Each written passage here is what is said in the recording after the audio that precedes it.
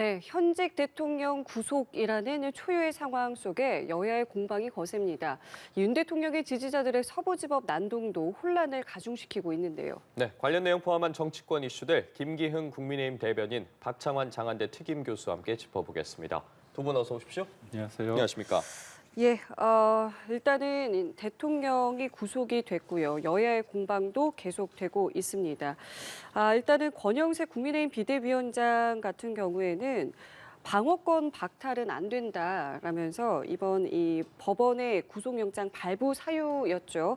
증거 인멸 염려라는 것은 말이 되지 않는다라는 부분을 이야기를 했습니다. 그리고 야당은 구속은 법원의 상식적인 판단이다라면서 이 국민의힘이 지금 계속해서 이야기하고 있는 어떤 이재명 대표와의 형평성에 대해서도 비겁한 물타기다라면서 이제 양당에서 강하게 이야기를 하고 있는데요. 일단 국민의힘에서 내놓고 있는 어떤 발언들에 대해서 어떻게 좀 생각을 하고 계십니까? 그동안의 수사도 거부해오고 영장도 거부해오고 또 불법적인 수사다 그러면서 사법기관에 대한 공격을 선전선동했던 윤석열 대통령의 구속은 구속의 필요성 이 부분에 대해서는 입이 아파서 더 이상 할 얘기도 없습니다. 그런데 국민의힘 정말로 대한민국에 보수 정당이 있기는 한 건지 굉장히 개탄을 금할 수가 없습니다. 민주주의의 근간은 법치주의입니다. 법치주의의 근간은 당연히 사법부의 판단에 대한 승복입니다. 사법 질서가 무너지고 폭력에 의해서 무너지는 현장을 온 국민들이 생생히 목도했습니다. 바로 그게 어제입니다. 그런데 그런 사법 질서의 근간이 무너지고 있는 이 상황에 대해서 그 누구보다 우려하고 개탄해야 될 보수정당 대표의 입에서 방어권 얘기만 나오고 있어요. 자, 사법 질서의 근간인 법치주의가 무너지면 대한민국의 민주주의가 무너지는 겁니다. 보수정당이 가장 우려하고 또 가장 앞장서서 과거의 민노총의 과격 집회라든지 한총련 또 통진당 사태 때 얼마나 그 헌법 질서와 사법 질서 수호를 얘기를 했습니까? 그런데 정작 눈앞에서 법원의 판결이 불복한 시위대 폭동의 현장을 목격했음에도 불구하고 여기에 대해서는 폭력은 있으면 안 되죠. 하지만 이재명은 구속돼야 됩니다. 앵무새처럼 방어권만 되풀이하고 있는 보수정당을 보면서 과연 대한민국에 보수정당이 있기는 한 거냐. 되물을 수밖에 없습니다. 그러니까 민주당에서는 사안의 경중이 다른 거 아니냐라고 네. 이야기를 하고 있어요. 그 국민의힘에서 말하고 있는 공정성과 신뢰성 이 대해서 어떻게 좀 생각을 해야 되겠습니까? 그러니까 민주당이 조금 너무 앞서가고 있습니다. 예를 들면 대통령은 지금 이 문제를 다투기 위해서 재판하기 전에 어떻게 보면 수사를 받고 있지 않습니까? 그렇다면 수사를 받는 과정에 있어서 법적 잣대가 잘못 들이대고 있으면 그 부분에 대해서는 문제 제기할 수 있는 겁니다. 그리고 대통령이 재판을 받을 때 그때 방어권을 제대로 행사할 수 있는지 이게 되게 중요한데 그 부분에 대해서 민주당은 본인들은 굉장히 작은 죄고 윤석열 대통령은 큰 죄다 이런 스탠스예요. 그래서 비교할 수 없다고 보는데 제가 하나 예를 들겠습니다. 대장동 배임 비리 혐의로 4,895억 원이고요. 백현동 비리 혐의가 200억이 넘고요. 성남 FC 제3자 뇌물이 133억이 됩니다. 그리고 불법 대북 송금이 800만 달러가 됩니다. 우리 돈으로 환산하면 110억 정도 되는 겁니다. 결국 관련된 혐의만 하더라도 수천억입니다. 그리고 또 이재명 대표의 어떤 본인 한 명의 사법 리스크를 방어하기 위해서 줄탄핵, 지금 29명의 탄핵을 하고 있고요. 30번째 탄핵, 최상목 권한대가 언제든 탄핵시킬 수 있다고 오만스러운 모습을 보이고 있습니다. 이로 인해서 사회에 어떤 갈등이 유발하는 것은 수조 원이 되는 거죠. 그런데 이런 사람에 대해서는 법원이 뭐라고 얘기했냐면 공당의 대표로서 공적 감시와 비판의 대상이므로 불구속 수사를 못한다고 했습니다. 구속 수사를 못한다고 했습니다. 그리고 또 하나 증거인멸의 우려가 낮다고 얘기를 했죠. 공당의 대표인데 증거인멸의 가능성이 낮다고 합니다. 지금의 대통령은 직무가 정지되어 있습니다. 제1당 야당 대표는 민주당의 아버지입니다. 모든 것들 본인들이 다 지시할 수 있어요. 그리고 또 하나 법원에서 뭐라고 얘기했냐면 이제까지 확보된 인적, 물적 자료에 비춰볼 때 증거인멸의 가능성이 낮다고 했습니다. 그러면 지금 대통령 관련해서는 수많은 사람들이 구속 기소됐습니다. 그 사람들과 어떻게 입을 맞추죠? 그러니까 결국 저희가 어떤 일을 얘기할 때 판사님의 속마음은 모릅니다. 그렇다면 이제까지 어떤 사례에 비춰볼 때 소위 말하는 균형과 형평성에 대해서 말할 수밖에 없습니다. 그리고 이재명 대표가 물타기라는 부분에 대해서 이게 바로 물타기입니다. 본인의 사법 리스크는 차고 넘칩니다. 근데 이거를 대통령의 계엄 사태에 비춰봤을 때 본인은 그게 아무것도 아닌 척 그렇게 생각하고 한들 국민들이 바보가 아니고요. 본인이 죄 있으면 떳떳하게 재판 받으시면 되잖아요. 근데 왜 이렇게 질질 끕니까? 지금 어느 때보다도 대통령의 현재 재판과 그다음에 형사소송 관련된 수사와 어떤 재판으로 했던 과정은 과도할 정도로 어떻게 보면 속도감이 큽니다. 그런 과정에 있을 때 형평성이라는 부분은요, 국민들이 판단할 거지 본인들이 물타기 한다고 해서 물이 타지는 게 아님을 분명하게 말씀드립니다. 예, 알겠습니다. 그리고 지금 10시가 이제 막 지나가고 있는데요. 공수처가 오늘 오전 10시까지 윤 대통령에게 출석을 요구했지만 윤 대통령 측에서 오늘 출석하기 어렵다는 입장을 냈습니다. 어제 윤석열 대통령이 구속된 이후에 오후에 공수처가 출석을 요구했는데 응하지 않았고 오늘 또 이렇게 되면 조사에 응하지 않게 되는 수순으로 가는 건데 지금까지의 상황은 좀 어떻게 바라보고 계십니까? 그러니까 윤석열 대통령의 헌법 정신과 사법 질서에 대한 인식이 참 바뀌지 않는구나. 그동안에도 한 달 가까이 공수처의 수사에 대해서 불법 수사라고 주장을 해왔고요. 또 영장 집행 벌써 2주 넘게 논쟁을 이어왔는데 그 영장에 대해서도 불법 영장이라고 해왔습니다. 그런데 이 모든 주장이 사법부에 의해서 기각이 되고 결국 그것이 오늘날 대통령 초유의 구속 사태를 낳게 된 겁니다. 그럼에도 불구하고 여전히 윤석열 대통령이 불법 수사고 불법 영장이라는 주장을 굽히지 않고 있어요. 물론 주장은 할 수 있습니다. 하지만 이런 사법 불신, 사법부에 대한 불신과 그것을 조장하는 것들이 결국은 어제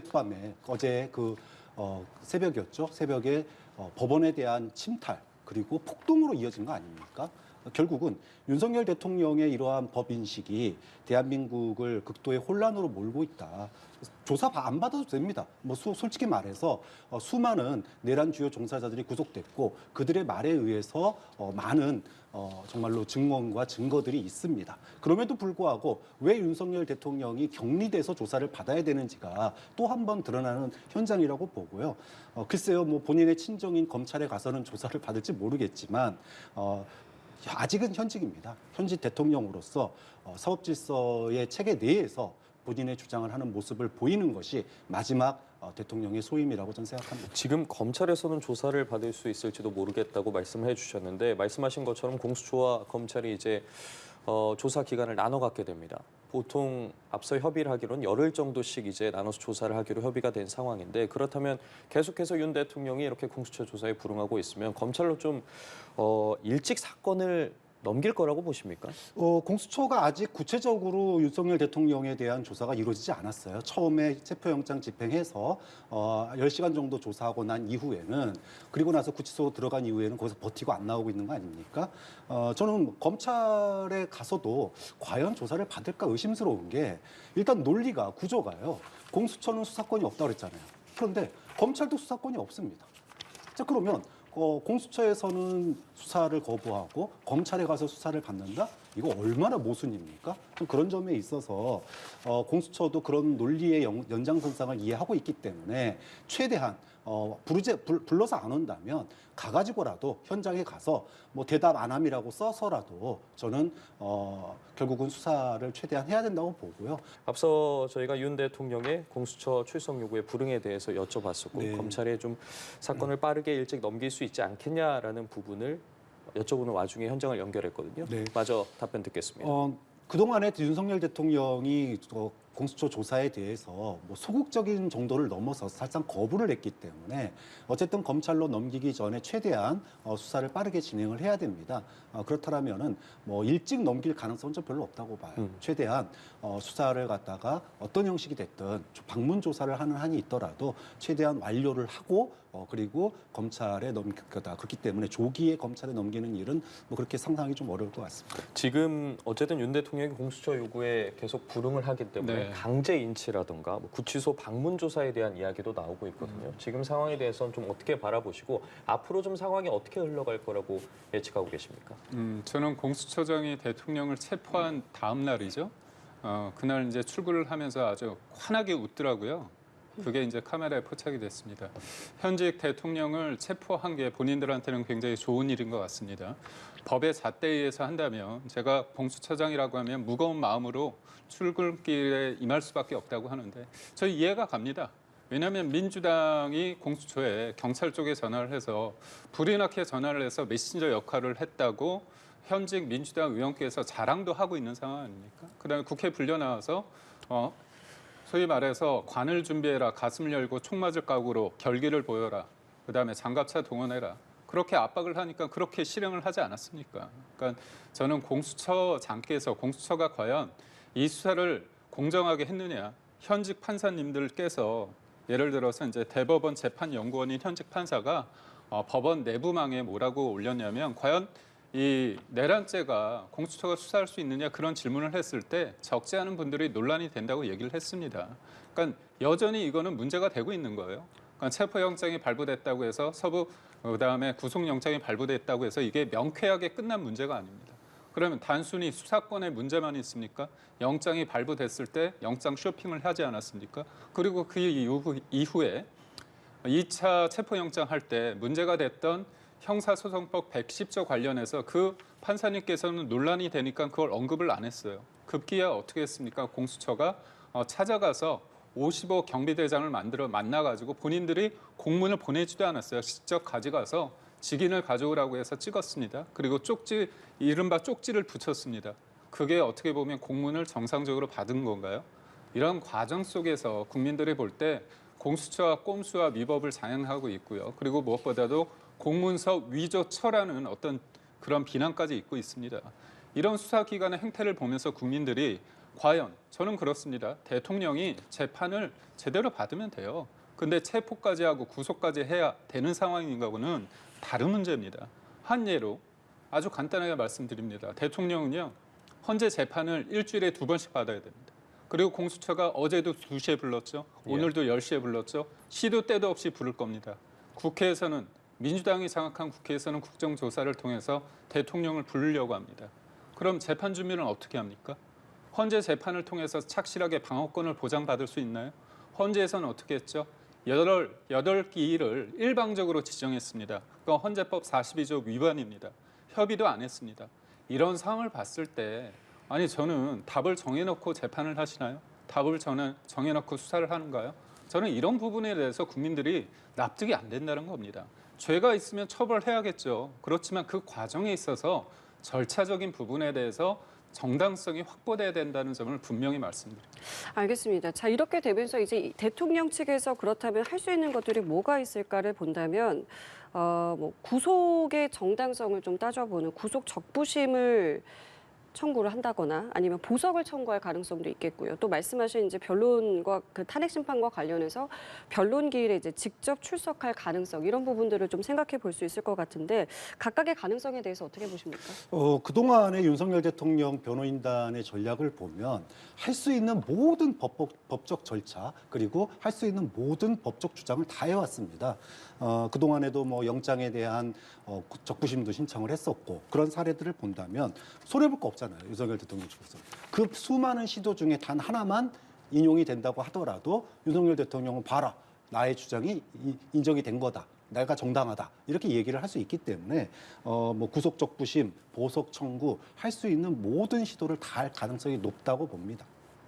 탄핵 심판의 출석 가능성에 대해서 어떻게 보세요? 저는 과거에도 탄핵 심판 본인의 이제 그 신체적인 위험 논란 때문에 불출석했던 사유를 본다면 이제는 구속된 상태지만 얼마든지 공수처에 요구해서 헌법재판소 나가서 주장할 수 있는 거잖아요. 그동안 지금 현재 인적 접견도 지금 제한되어 있는 상태이기 때문에 본인의 주장을 할 수 있는 기회가 있다면 그것이 헌법재판소든 어디든 나가서 본인의 주장을 할 가능성이 굉장히 높기 때문에 저는 헌법재판소에도 대통령이 직접 출석을 요구하고 또 본인이 그렇게 강력하게 주장을 해서 나갈 가능성도 굉장히 높다 그렇게 봅니다. 대변인님 생각은 어떠세요? 네, 나가시겠죠.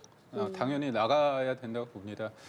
저는 헌재 쪽에 좀 본의 아니게 이제 문제점을 많이 제기를 하는데요. 지난주에 이제 헌재 재판이 2번 있었습니다. 예. 화요일하고 목요일 날 있었는데요. 화요일 같은 경우는 수요일 날 체포영장이 집행되는 과정 속에 있었기 때문에 대통령의 어떤 신변이 보장되지 못하는 상황이었습니다. 그래서 나가지 못했습니다. 그리고 목요일 같은 경우는 체포가 됐습니다. 체포가 된 상태에서 구치소에서 나갈 수 없었잖아요.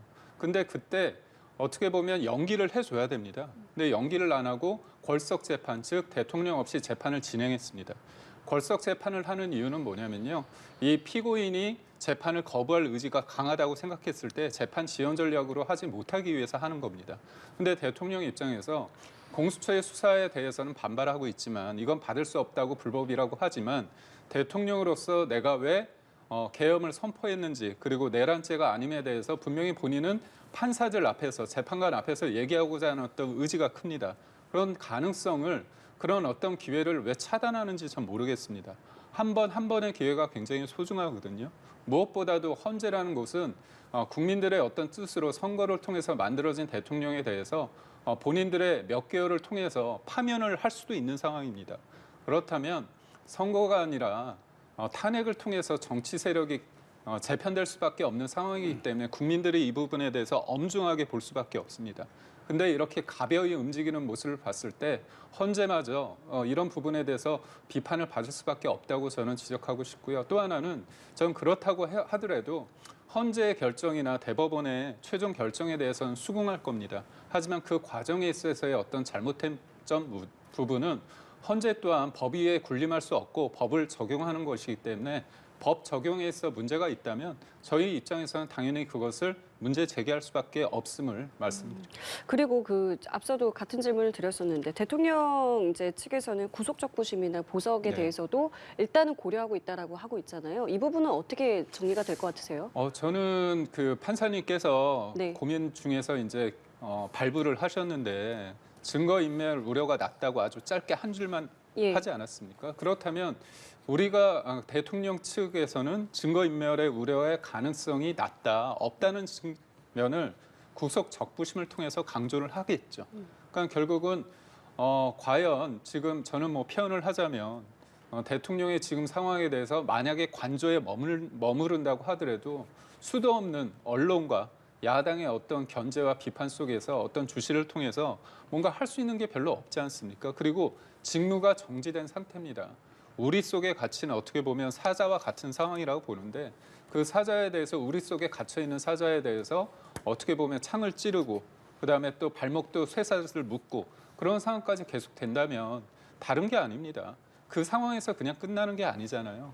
헌재 나가서 어떻게 보면 재판에 임해야 되고 형사소송 관련해서도 재판에 임해야 되는데 과연 그 상황 속에서 정상적으로 방어권을 행사할 수 있을지 그러니까 그런 부분입니다. 그러니까 하나도 아니고 두 가지 심지어 국회에서 부르면 또 나가서 해야 되는 상황 속에서 과연 인신 구속이라는 알겠습니다. 구속된 상태에서만 할 수 있는지에 대해서는 네, 반문을 알겠습니다. 앞서 저희가 전해드린 의원들의 질의를 비롯해서 여야 모두 불법적인 폭력 행위는 안 된다라는 입장을 보이고 있지만 약간 또 미묘한 차이는 있는 것 같거든요. 지금 이제 발언들 어떻게 좀 들으셨습니까? 네, 국민의힘 제가 아까 대한민국에 지금 보수 정당이 있기는 한 거냐 이 한탄을 한다라고 말씀을 드렸는데 여전히 오늘도 마찬가지입니다. 윤석열 대통령에 대한 수사에 대한 수사권 이것만 가지고 집요하게 물고 늘어지고 있어요. 자, 대한민국 국민들이 12월 3일 날 정말로 국헌 문란이 일어나는 거 생중계로 봤었습니다. 그리고 또 어제 새벽에는 대한민국 사법부가 유린당하는 현장을 또 생중계로 봤습니다. 자, 이렇게 두 번의 국헌 문란이 지금 한두 달 사이에 상간에 일어나고 있는데 여기에 대해서 정말 법치주의의 근간이 무너지고 사법 질서가 무너지는 이런 현장에 대해서 개탄하고 이거에 대해서 우려를 표하고 헌정 질서를 갖다가 회복하기 위해서 노력해야 될 보수 정당이 여기에 대해서는 그냥 지나가는 말로 폭력은 있어서는 안 된다는 말로 그냥 넘어가 버려요. 과연 국민들의 권한을 대행하고 있는 국민들의 주권을 대신 행사하고 있는 그래서 법을 만들고 있는 입법부가 이런 국헌 문란과 사법 질서의 혼란에 대해서 똑바로 된 대응과 원인 그리고 향후 대책을 내놔도 모자랄 판에 윤석열 대통령에 대한 체포, 수사, 이 권한의 절차적인 문제만 따지고 드는 게 과연 주어진 권한을 잘 행사하는 거냐, 국민들의 궁금한 점을 잘 묻고 있는 거냐, 이 부분에 대해서 굉장히 한탄스러울 수밖에 없다 이렇게 말씀드립니다. 예, 좀 네. 어떻게 들으셨습니까? 그러니까 어제 새벽에 있었던 그 법원에서의 어떤 폭력에 대해서는 절대 동의할 수 없습니다. 그러니까 생각이 다르다고 하고 해서 그리고 또 본인들의 주장을 관철시키기 위해서 어떤 폭력도 정당화될 수 없습니다. 모든 것들은 법 테두리 안에서 이루어져야 된다고 하는 점을 말씀드리고요. 그 부분에 있어서는 국민의힘이 명시적으로 밝혔습니다. 근데 저는 이 부분을 봤을 때 정치권이 이 부분을 소위 말해서 본인들의 어떤 전략적인 정략적으로 사용하는 듯한 느낌을 받을 수 없는데요. 지금 서영교 의원께서 여러 가지 문제점을 지적을 하셨습니다. 근데 지적하는 와중에 팩트가 틀린 게 있어요. 국회에 군이 투입됐을 때 실탄을 지급받아서 총에 장착이 돼 있었나요? 아닌 것으로 제가 알고 있거든요. 국민들이 보는 앞에서 저렇게 정확하지 않은 내용을 너무나 당연히 본인이 얘기하니까 다 믿을 수 있는 거 아닙니까? 국회의원이 저렇게 큰 소리로 얘기하고 있는데 국민들이 볼 땐 실탄이 지급돼가지고 다 총에 장착이 돼 있구나. 이거는 엄연히 다른 내용입니다. 그런 관점에서 그렇고 또 윤상현 의원 관련해가지고 뭐 미국에 가 있는데 지금 잡아와야 한다 그렇게 얘기를 하고 있는데요. 우선적으로 윤상현 의원은 도주한 게 아닙니다. 정당하게 미국으로부터 트럼프 대통령의 어떤 취임식에 대해서 초대를 받은 상황입니다. 초대받았는데 그냥 국민들이 볼 때는 뭔가 잘못을 하고 도주한 듯한 그런 인상을 짓기 위해서 그리고 잡아와야 한다는 얘기를 하는데요. 사실관계를 말씀드리겠습니다. 그 18일 오후에 5시 반 정도에 서부지법의 담을 넘은 사람들이 한 17명이 됩니다. 저는 이 부분에 대해서 동의하지 않아요. 근데 담을 넘자마자 경찰들한테 체포가 됐습니다. 그러니까 거기 주변에 있는 사람들한테 윤상현 의원한테 문자를 보냈나 봐요. 그래서 이거 어떻게 되느냐 하니까 윤상현 의원이 그 상황을 좀 알아보고 체포됐지만 이거에 대해서 뭐 석방이 될 거다, 훈방이 될 거다 그렇게 문자를 보냈다고 이게 합니다. 발부 전인 거잖아요. 그렇죠. 발부 전입니다. 그렇게 얘기를 했을 때 그쪽에서 감사하다고 한 거예요. 왜냐하면 여러 가지 어수선한 상황 속에서 어떻게 될지 걱정을 했는데 그거를 어떤 상황을 알아보고 알려준 거 아닙니까? 그러니까 윤상현 의원이 거기에서 폭력 사태가 일어나기 전에 있는 분들한테 감사하다고 한 거예요. 근데 이 부분을 가지고 새벽에 사람들이 법원에 들어가가지고 집기를 부신 거와 동일시하고 심지어 윤상현 의원이 그거를 조장을 했고 뭔가 지시를 했고 뭐 나를 따르라 이런 식으로 비판하는 거는 본말이 전도된 것도 아니고 이거는 사실관계가 명확히 다른 겁니다. 그리고 본인이 해명을 했어요. 그럼 사실관계가 맞는지를 따져보고 그 정도에서 만약에 그런 부분도 문제라고 한다면 그걸 지적하면 되는데 어제 새벽의 상황을 윤상현 의원이 거의 주도했고 뭐 조장하고 그렇게 했다고 저렇게 얘기하는 거는 사실에 맞지 않습니다. 그러니까 저는 국민의힘이나 저나 그 법원 내에서 벌어지는 어떤 폭력 사태에서는 단호히 반대합니다. 하지만 이 사안을 두고 팩트에 맞지 않는 것들을 가지고 계속 저렇게 얘기하면 국민들이 더 불안한 거예요. 이뤄진 부분에 대해서는 법을 적용해서 엄격하게 적용해서 처벌을 받으면 되는 겁니다. 하지만 지금의 상황을 본인들의 어떤 정치적인 어떤 목소리를 키우기 위해서 도리어 악용한다는 생각을 지울 수 없습니다. 그러니까 지금 말씀을 들어보면 그러니까 윤상현 의원과 관련해서 이제 서영교 의원도 문제 제기를 했는데 영장 발부 전에 있었던 일과 후에 있었던 일을 분리해서 전에 있었던 그러니까 전에 연행된 학생들과 관련된 일이다라고 지금 본인의 SNS에도 윤상현 의원이 올렸습니다. 네. 하지만 이제 민주당에서는 이건 습격 명령이다 이렇게 이야기를 하고 있거든요. 그러니까 저는 법적 책임과 정치적 책임을 분리할 필요가 있다고 봐요. 물론 뭐 국민의힘 의원이 뭐 예를 들어 들어가서 다 부숴 이렇게 명령했다면 그건 법적 책임을 져야 됩니다. 하지만 그런 주장이 아니기 때문에 저는 정치적 책임을 져야 된다고 보는 거예요. 자, 어제 새벽에 사상 초유의 법원에 대한 폭동 소요가 있었습니다. 자, 이 폭동과 소요에 대해서 왜 이게 논리적으로 윤석열 대통령과 국민의힘이 책임져야 되는지, 정치적으로 책임져야 되는지에 대해서 말씀드릴게요. 자, 그동안에 사법기관의 수사에 대해서 불법이라고 주장을 해왔습니다. 그리고 공수처의 수사가 불법이라고 얘기했습니다. 그러니까 거기에 대해서 법 대응을 했을 거 아니에요? 이거 불법이에요? 아니에요? 이거 불법 아닙니까? 영장 집행? 그랬더니 이번에는 법원이 그거 불법 아닌데요? 집행해도 돼요. 그랬더니 법원에 대해서 공격을 시도한 겁니다. 자, 결국은 그동안에 수사기관과 사법기관에 대해서 수사권도 불법이고 영장도 불법이고 구속영장도 불법이고 이것을 갖다가 지속적으로 선전해 온 게 누굽니까? 윤석열 대통령 변호인단하고 국민의힘의 40여 명의 의원들, 특히나 그 중심에 윤상현 의원이 있었어요. 자, 불법인데 판사가 그걸 갖다가 영장을 갖다가 발부를 해? 그럼 판사도 불법한 거 아니에요? 그러면 당연히 거기에 대해서 공격을 할 수밖에 없는 논리적인 귀결이 만들어진 겁니다.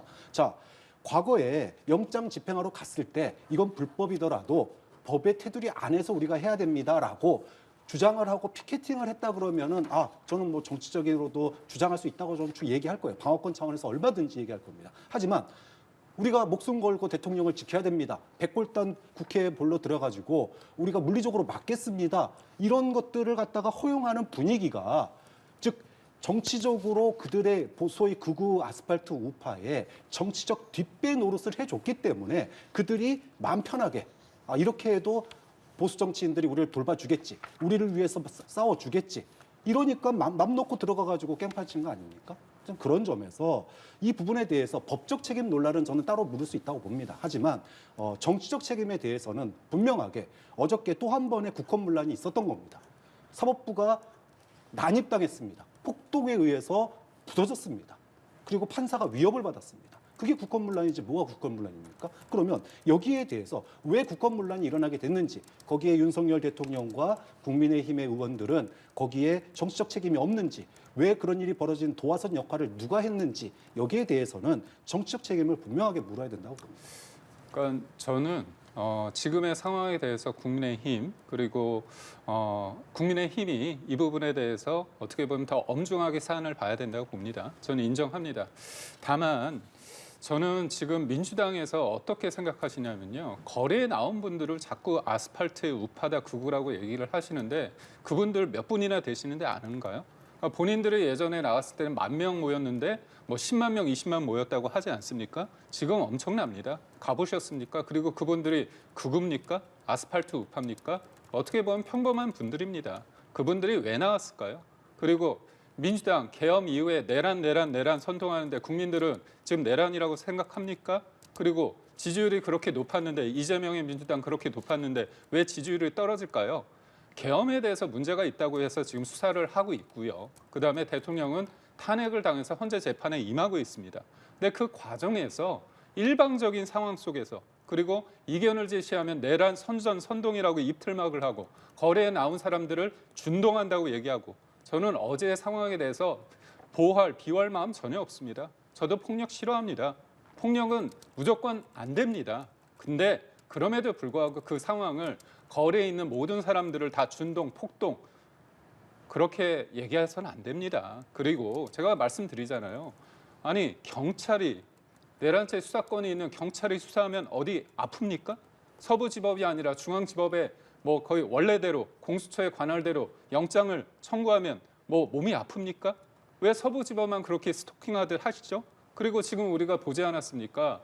지금 대통령은 원래 형사소추상 내란죄, 외환죄 말고는 기소가 안 되는 거 아닙니까? 근데 직권남용 혐의로 수사 걸고 내란죄 수사하고 있는 부분에 대해서 논란이 되고 있지 않습니까? 그렇다면 앞으로 대통령은 모든 수사를 다 해야 될 상황입니다. 그렇다면 대통령에 대해서 형사상 내란과 외환죄 말고 형사수사할 수 없다는 부분에 대한 근본적인 어떤 법적 안정성이 깨지는 상황입니다. 그런 측면에서 지금 법이 제대로 작동되지 않다는 부분에 대해서 이견을 제시할 수 있는 거예요. 그렇다면 깔끔하게 소위 말해서 대통령의 변호인 쪽에서 이거에 대해서 반론을 제기하지 못할 여러 가지 정상적인 루트가 있는데도 불구하고 본인들의 입맛대로 하면 되는 게 맞습니까? 그다음에 영장 쇼핑 관련해서 제가 말씀드리자면 서부지법에만 훌륭하신 분들이 있나요? 왜 서부지법에만 있고 민주당은 헌재 재판관 2명을 추천하는데 서부지법에 있는 우리법 연구에 있는 사람들만 하고 있는 거 이 부분에 대해서 문제 제기할 수 있는 거 아닌가요? 여러 가지가 쌓이고 그렇다면 그거는 의혹 수준이 아니라 합리적인 문제 제기입니다. 그런 일련의 상황을 다 제거한 상태에서 무조건 폭도다? 저는 저 상황에 대해서 동의 안 해요. 저거는 문제입니다. 하지만 사람들이 거리에 나와서 이견을 제시하고 있는 일련의 모든 것들에 대해서 폭도다, 준동하고 있다 그런 부분에 대해서는 저는 반대합니다. 예, 알겠습니다. 알겠습니다. 지지도에 대한 질문을 이번에는 좀 네. 드려보도록 할 텐데요. 국민의힘 지지도가 더불어민주당 지지도를 약 6개월 만에 오차 범위 밖에서 앞선다는 여론조사 결과가 나왔습니다. 차기 대선의 집권 세력 선호도를 묻는 조사도 있었고요. 계엄 초기 분위기와는 좀 다른 여론조사가 나오고 있다 이런 분석들이 나오고 있는데 현 상황 지금 어떻게 보고 계십니까? 저는 이 지지도는 상황에 따라 달라질 수 있는 거다. 국민들의 마음이라고 있다고 봐요. 여기에 대해서 민주당도 겸허하게 저 지지율의 문제점, 본인들의 문제점에 대해서 돌아볼 필요가 있다 이렇게 봅니다. 불과 2주 전만 하더라도 민주당 지지율이 굉장히 높았습니다. 당연히 계엄과 내란 사태에 놀란 국민들, 특히 중도층들이 적극적으로 국민의힘에 대한 반대 표시로서 민주당에 대한 지지로 돌아섰다고 보고요. 보수 지지층의 결집도도 굉장히 낮아졌었습니다. 그런데 최근 2주 사이에 무슨 일이 있었나? 즉 과거 탄핵 때는 자 이렇게 누가 봐도 명백한 탄핵 사유가 발생을 하고 탄핵이 되면 대통령들이 사법 질서에 순응을 했습니다. 그리고 거기에 따라 법적 절차가 진행이 됐는데 이번에는 윤석열 대통령의 농성이 있었죠. 그리고 사법기관의 수사와 영장 집행에 대해서 불법이라며 물리적 저항을 했습니다. 당연히 이런 것들이 과거의 사례와 비교해 보면 불안정성과 불안감의 증대로 나타났고 민주당이 왜 이렇게 제대로 처리하지 못하나 이런 거에 대한 우려도 있었을 거라고 저는 생각을 합니다. 당연히 보수는 결집할 수밖에 없었고 그것이 여론조사에서 보수 측의 결집으로 나타났다 이렇게 보고요.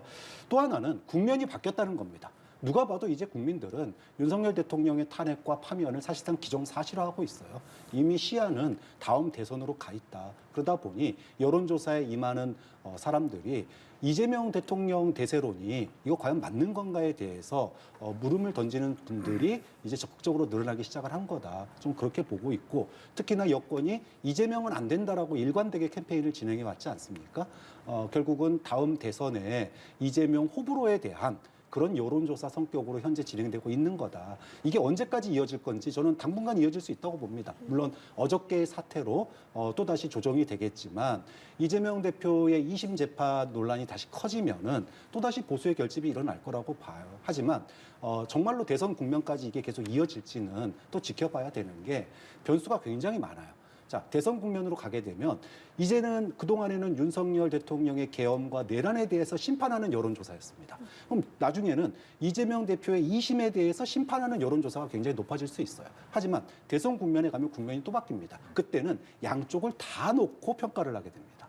자, 그렇게 되면 여론조사는 앞으로도 몇 번을 더 출렁일 수 있다. 그런 점에서 좀 더 본질에 집중을 한다면 지금 국민을 위해서 무엇이 그리고 대한민국의 헌법 체계와 민주질서를 지키기 위해서 무엇이 가장 중요한 키워드인지를 잃지 않고 간다면 국민의힘의 변화도 민주당의 변화도 어디로 가야 될지가 보일 거라고 봅니다. 예, 대통령 구속 등으로 인해서 국면이 바뀌었기 때문에 지금 네. 이런 지지도의 변화가 일어날 수 있었던 거다라고 말씀해 주셨거든요. 좀 어떻게 읽고 계십니까?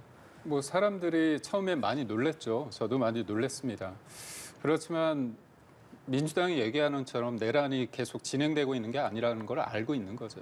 내란 하면서 내란을 진압해야 된다. 내란의 불씨를 꺼야 된다. 그렇게 얘기하면서 본인들의 어떤 정치적 자산을 늘리는 과정을 다 목도하고 있는 겁니다. 이재명 대표가 오늘 은행장들을 소집해서 만난다고 그러더라고요. 좋은 일입니다. 그런데 대통령 놀이죠. 그러니까 저는 정치, 그다음에 경제, 이 가장 중요한 게 불확실성을 낮추는 거 아닙니까? 불확실성을 낮추는 방법은 간단합니다. 대행의 대행을 만든 분이 누굽니까? 이재명의 민주당 아닙니까? 대행도 탄핵시켰잖아요. 근데 대행의 대행을 최성목 권한대행을 나무 위에 올려놓고 계속 흔드는 사람이 누굽니까? 민주당 아닙니까? 그렇게 대통령의 대행을 흔들어 놓으면서 겁박하면서 본인은 대통령 놀이를 하면서 민생을 얘기한다고 얘기하는 게 얼마나 웃기는 얘기입니까? 그리고 본인이 또 보였잖아요. 본인의 진심을. 환덕수 권한대행 탄핵시키고 나서 본회의장에서 그렇게 나오면서 미소 짓지 않았습니까? 그 모습 국민들이 다 잊을 수 없어요. 어떻게 있습니까? 얼마나 불안하고 힘든데. 그러면서 무슨 어떤 대통령 민생 타령입니까? 먹사니즘 얘기하지 마십시오. 막가니즘 보이면서 무슨 먹사니즘을 말씀하십니까? 제가 드리고 싶은 말은 뭐냐면 오만하면 심판받습니다. 국민의힘 그리고 지금 윤석열 대통령 관련해서 저희가 잘못한 부분이 있습니다. 저희가 쇄신해야 됩니다. 바뀌어야 됩니다. 그렇지만 그렇다고 손치더라도 민주당의 무도한 법과 절차를 무시한 상태에서 대통령을 끌어내고 본인이 대통령 하고자 하는 이런 행태에 대해서 국민들이 보고 있는 겁니다. 그래서 저는 아주 차분하게 국민들이 보고 있다고 봅니다. 처음에는 한쪽으로 확 기울어졌었죠. 하지만 냉정을 찾아계시고 계신데 그렇다고 해서 국민의힘이 오만하면 안 됩니다. 저희가 더 잘해야 됩니다. 민생을 책임지고요. 그리고 무도한 민주당의 이 행태에 대해서 법과 절차가 제대로 작동되고 있는지에 대해서 저희가 엄중하게 보고 때로는 싸울 땐 싸워야 된다고 봅니다. 알겠습니다. 오늘 두 분 말씀 여기까지 함께하겠습니다. 지금까지 김기훈 국민의힘 대변인, 박창환 장한대 특임 교수와 함께했습니다. 두 분 감사합니다. 고맙습니다. 고맙습니다.